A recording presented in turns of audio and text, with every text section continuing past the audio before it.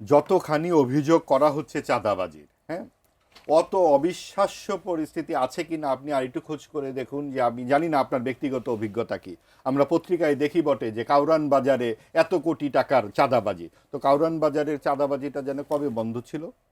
তা হঠাৎ করে 3 মাসে আপনি স্বর্গ কী করে বানাবেন? তাহলে আপনি কিছু পরামর্শ দেন যে একটা কল সেন্টার খোলা যায় কিনা, যেখানে মোবাইলে লোকজন জানাবে যে ভাই আমি চাঁদাবাজি শিকার, সেখানে একটা দ্রুত ট্রাইব্যুনাল করুন।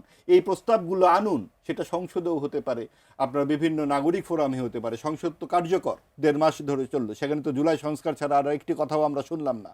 সবসময় বলা হচ্ছে বিএনপি চাঁদাবাজি করে, কিন্তু সেই যারা বলছে তারা যখন বলছে যে আমরা 1200 শহীদের বাড়িতে গিয়ে 2 লাখ টাকা করে দিয়ে এসেছি, এত শত শত টাকা তারা কোথায় পায়? কাজে রাজনৈতিক দল সকলেই কম বিস্তর চাঁদাবাজি করে, এবং সেই চাঁদাবাজি তারা, আমরা জানি যে এর আগে চাঁদাবাজির নামে অনেক কিছু হয়েছে, অন্তর্দ্বন্দ্ব ঘটেছে, খুন খারাপি হয়েছে, সব রাজনৈতিক দলই করে। সেখান থেকে মুক্তি পাওয়ার আকাঙ্ক্ষাতেই তো সাধারণ মানুষ রাজপথে নেমেছে। কাজেই আগামী দিনে জাতীয় সংসদ আছে, সেখানে আপনারা প্রস্তাব করুন। সরকারি দল যদি সেটা না শোনে, তখন আমরা বলবো যে ভাই ওনারা তো শুনছেন না, এবং আপনারা প্রমাণ দিন বা অন্তত সরাসরি অভিযোগ করুন যে অমুকে এই চাঁদাটি নিয়েছেন, তমুকে এটা করেছেন। শুধুমাত্র হরে ধরে বলাটা আমার কাছে মনে হয় না যে খুব বেশি যুক্তিসঙ্গত।